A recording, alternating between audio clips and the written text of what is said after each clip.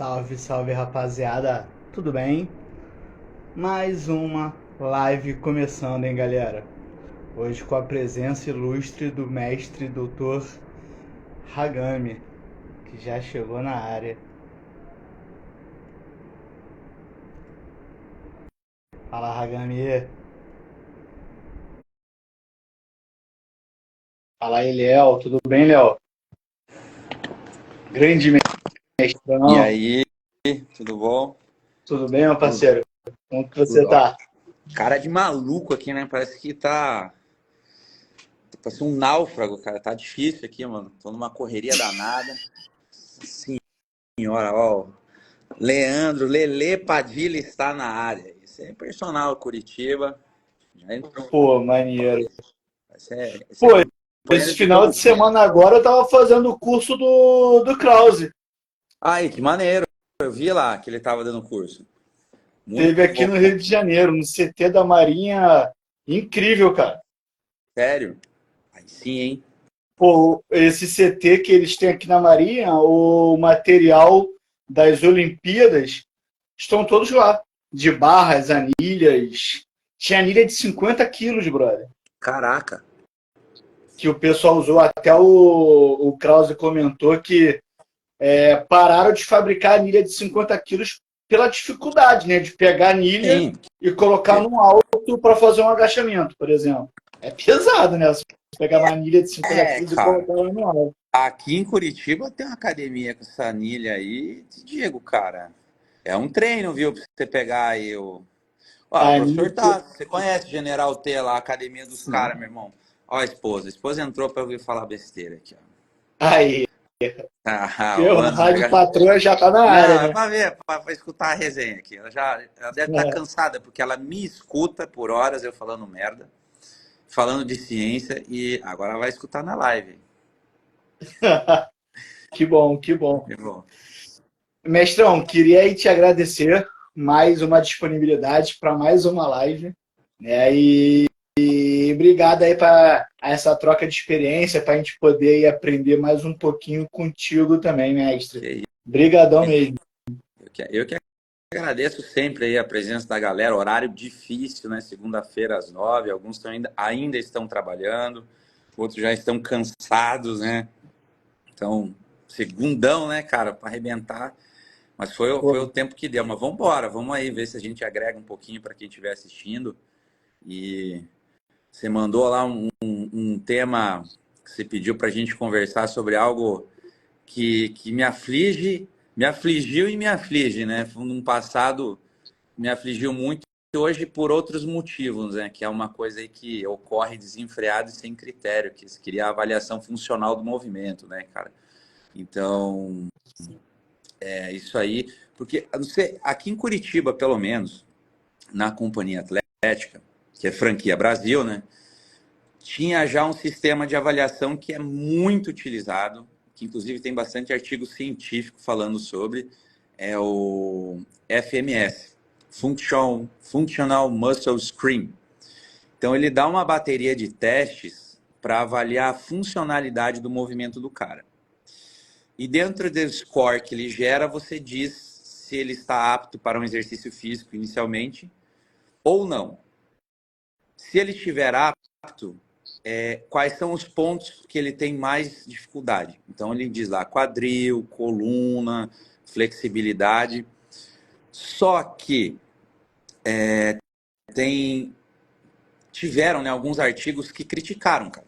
Tiveram alguns pesquisadores assim, que criticaram pesado esse FMS de avaliação, que é o mais comum utilizado na nossa área, tá? Lembrando que não estamos invadindo fisioterapia, nada disso com esse FMS. Mas alguns testes, eles acreditam, né, esses autores que criticaram, que não levamos em consideração as diferenças morfológicas entre homens e mulheres. Então, esse seria a primeira limitação do, do teste que eles usam, né? Então, vamos pegar um exemplo básico e simples, né? Quadril da mulher. Então, um quadril tende a ser mais largo, tem aí o encaixe. Ó, o professor Danilo, esse é o gênio, cara. Esse é bravo também, professor acadêmico. E, então tem toda essa questão de morfologia que eles não levam em consideração. É uma das limitações que eles apontaram sobre o FMS. Ó, já o Igor General Tel, comandante supremo. Ele é mesmo, ó. Ele tá em live agora, por isso que ele não entrou. É, com dois generais, né? É, tá o Simão, Ele né, e cara? o Simão, O é. Simão, pô, Simão é meu compatriota. Ó, o Tássio é teu aí da tua área e o Simão é aqui da é, minha. Rio tamo de junto, pô. Janeiro. Nova geração, fala, né, cara? O old school tá pra lá e nós estamos hoje aqui. Só por isso que ele não entrou ainda, que ele tá com o Simão, senão ele já vai verificar o conteúdo, se não tá Dá uma falando abobrinha. olhada.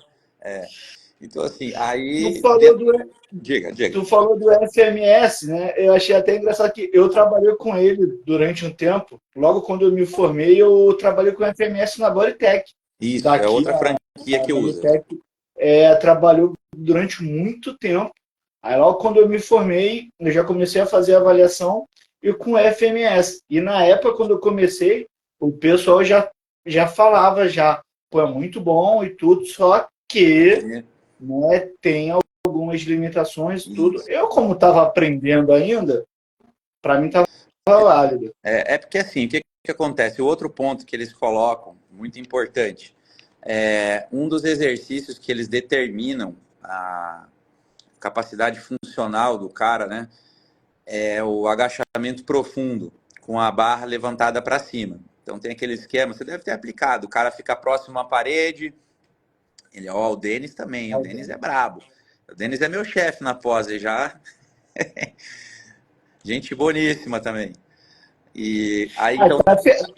hoje tu tá bem, Ragami. Não, É a esposa, é o chefe. só os bravos, né, cara? Tem 10 na live, mas é os 10 mais bravos que estão aí no negócio. Só os pancadas. Eu, Daí, então, esse teste aí ele, de agachamento profundo com os braços elevados, né? O overhead squat. O cara ali tem que cheirar a parede e vir descendo, né? No prumo, vamos dizer assim. E se ele não consegue realizar essa função, então ele cai no score. Ele tem uma série de penalidades pelo FMS se ele não consegue executar aquilo. Mas, assim, é funcional até uma determinada parte, porque hoje nós sabemos que tem outros testes que são mais criteriosos e melhores para você determinar essas questões de mobilidade, flexibilidade. Então, o FMS ele era muito rigoroso e não considerava essas diferenças morfológicas entre homens e mulheres. Isso fez cair o uso dele. Tá? Então, e o que muito que bateu é esse overhead squat, porque a profundidade que você tinha que atingir para você ganhar o score necessário como apto funcional, você tinha que bater a bunda no chão, né? E curiosamente, hoje na academia, eu vi o pessoal treinando perna, eu só vejo romper a paralela, um pouquinho abaixo de 90 graus, conforme a literatura recomenda. Então, se o cara habitualmente já no treino não faz, quando ele chegar na hora do teste, falar agora desce, e ainda mais com a barra para cima, que não é uma postura corriqueira, o cara vai ter problema. Então, ele vai reduzir o score dele, e talvez não seja um problema, mas ele está recebendo uma pontuação negativa. O único ponto bom assim, que eu considerava para mim quando eu usava esse FMS é mobilidade de ombro, tá? Porque as pessoas para fazer a elevação com a barra acima, sem peso nenhum, já tinham uma dificuldade extrema.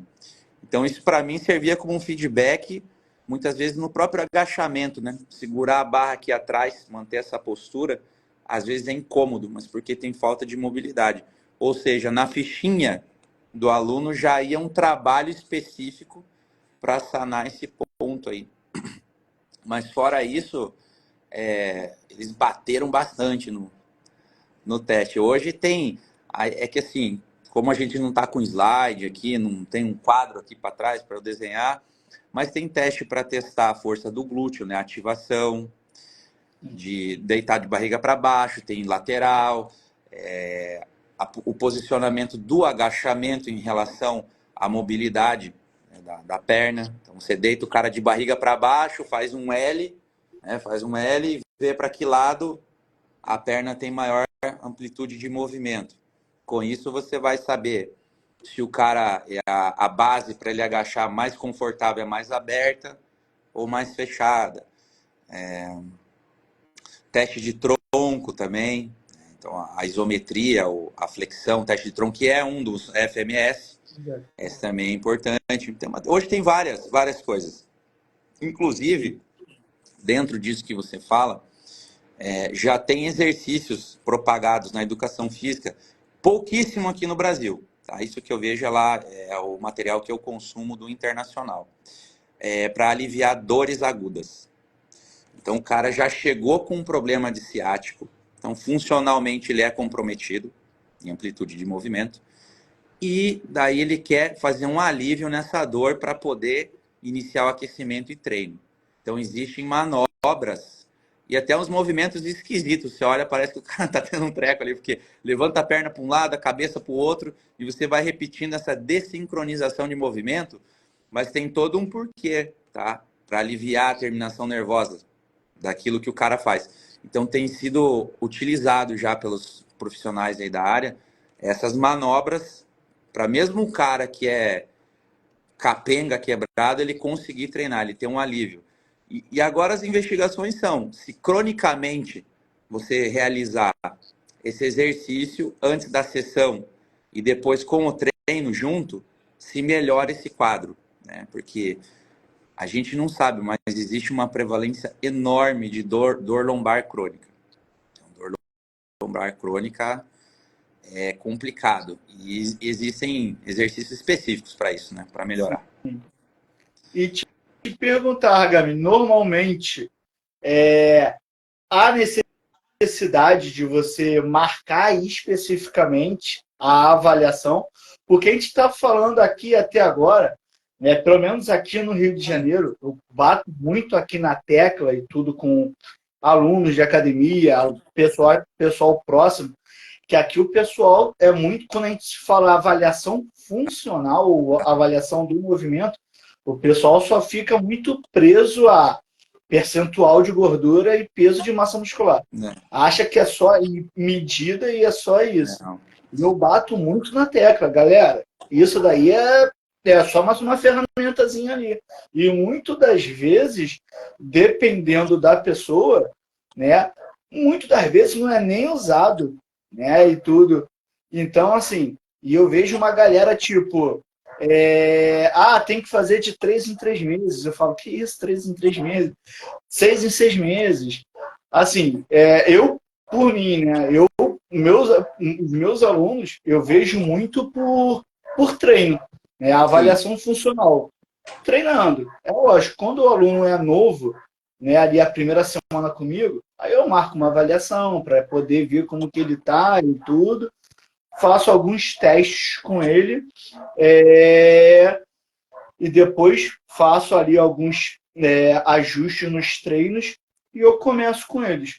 Você sabe que... Você tem... Diga. Diga lá. Não, pergunta lá, Suede. Pergunta. E assim, eu só com alguns alunos mais chatos, né, que eu tenho, que normalmente eles costumam falar quando viajam, carnaval, por exemplo, certo. ano novo.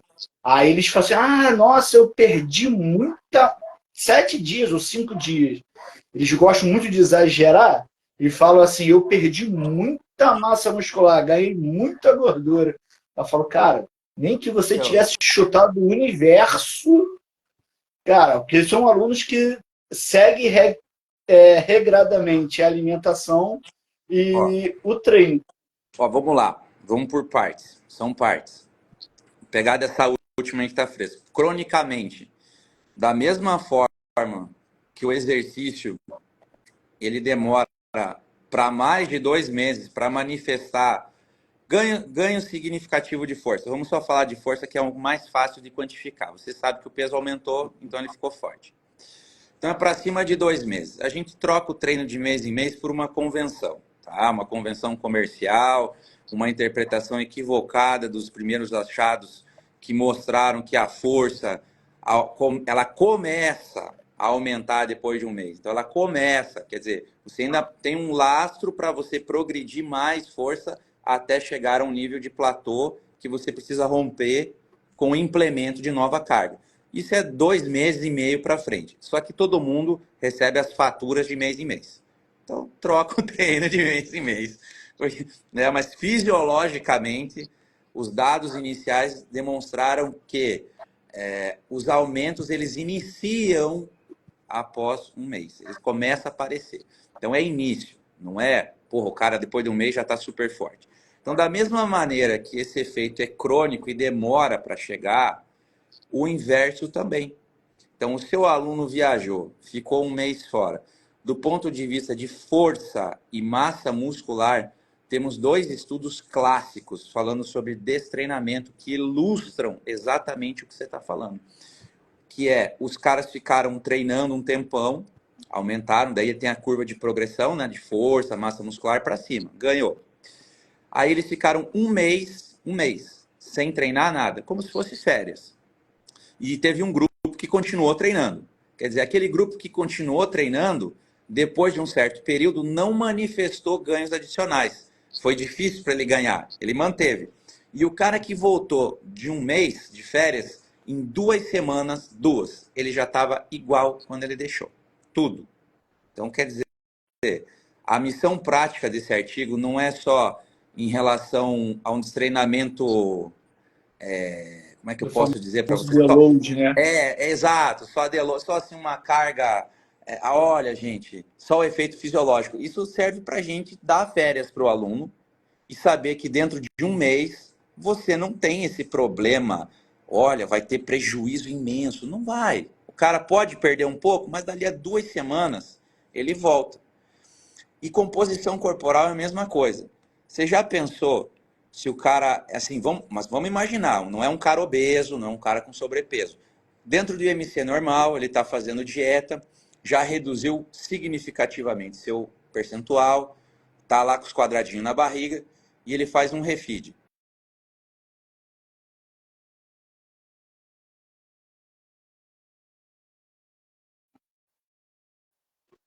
De também aumento de gordura do corpo, é um processo que né, você não engorda em um dia. Você leva semanas, meses, você vai...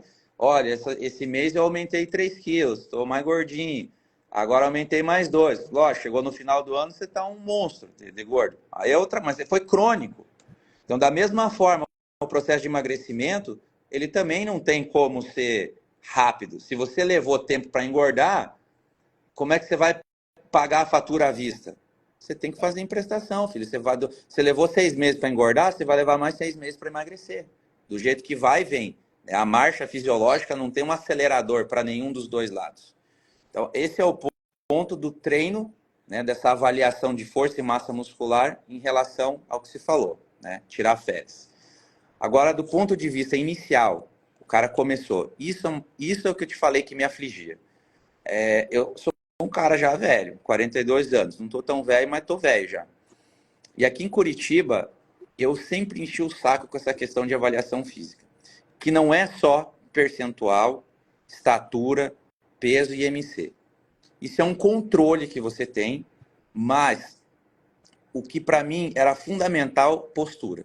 Eu tive na graduação aula de postura, avaliação, tinha aquele fundo quadriculado que era uma merda, você tinha que tirar foto do cara e fazer análise daquilo, aquilo é, né, arcaico. Mas era o que a gente tinha na época, mas eu entendi a valia daquilo.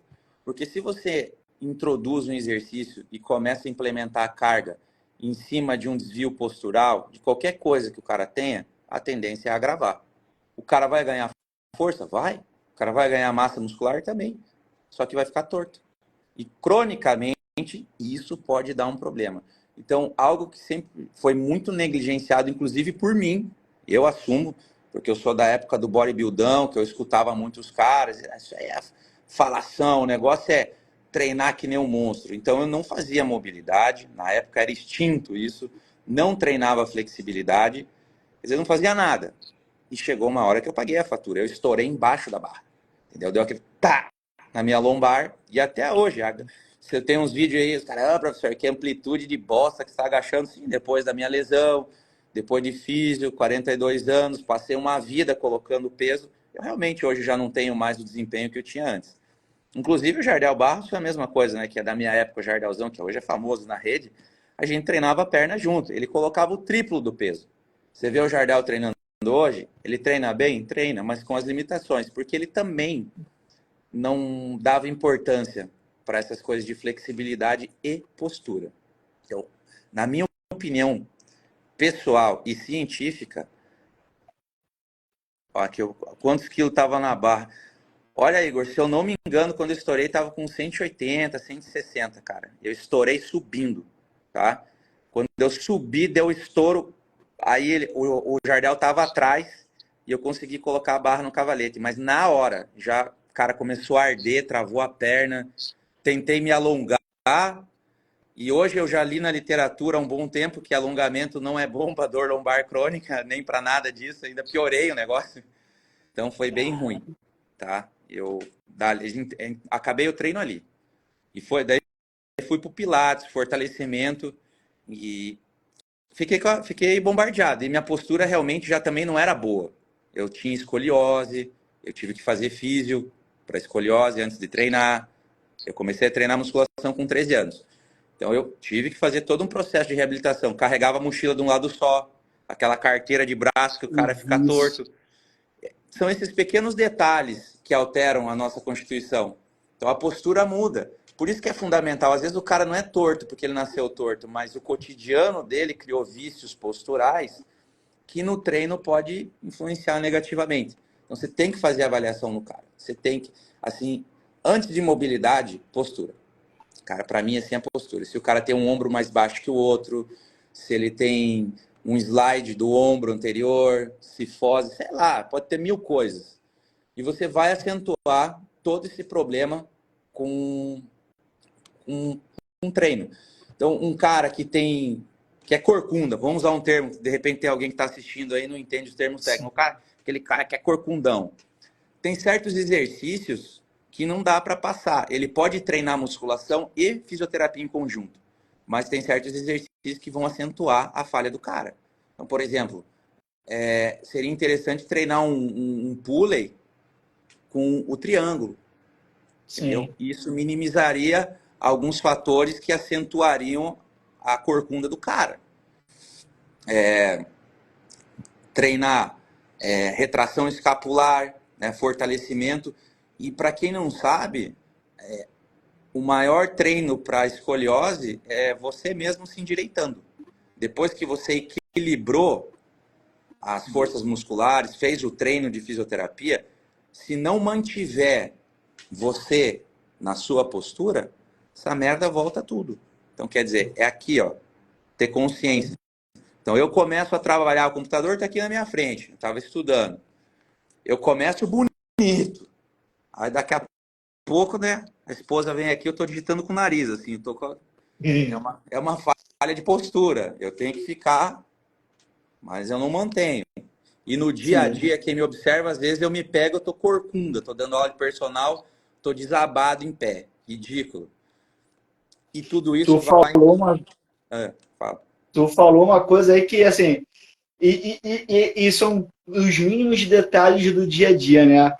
Uns 3 anos atrás veio um aluno para mim, por indicação de um fisioterapeuta, que eu faço um trabalho em conjunto com alguns fisios aqui do Rio, e incrível que pareça, ele foi para físio porque ele estava sentindo dores na lombar, o físio viu que era por causa do quadril, que estava desnivelado, mas porque ele foi descobrir depois de muito tempo que o cara, desde a época da adolescência, desde a época da escola, tinha o costume de usar carteira normal, dinheiro e tudo, Sim. só em um lado do bolso. Aí sentava. Aí foi escola, faculdade, trabalho, sentado só de um lado, né, com a carteira ali, por causa de uma carteira, ao longo ali de 40 anos, 30 anos, causou um desnível, e ele começava a sentir dores na coluna, se automedicava, indo na farmácia, Sim. comprando um remedinho ali, analgésico e tudo, até que ele não aguentava mais de dor, procurou o médico, físico, enfim. E ele está comigo até hoje, tá a fazer 60 anos. Aí, final do ano passado, ele falou assim, cara, quando eu vou parar com essa dor? Eu falei, Cara, não Ó, sei. Eu não posso afirmar, eu não tenho uma bola de cristal. vou usar um exemplo aqui, ó. Não sei se ela tá online ainda, da minha esposa. Ela foi uma. Ela sempre treinou muito pesado, psicótica. Tem uma